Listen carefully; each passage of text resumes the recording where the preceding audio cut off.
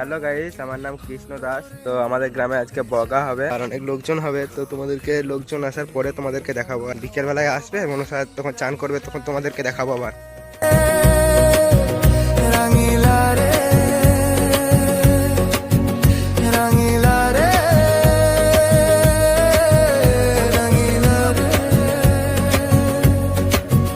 কথা জানতো কি মন পাখি ময়না, যদি না আগুন থাকে ধোঁয়া হয় না।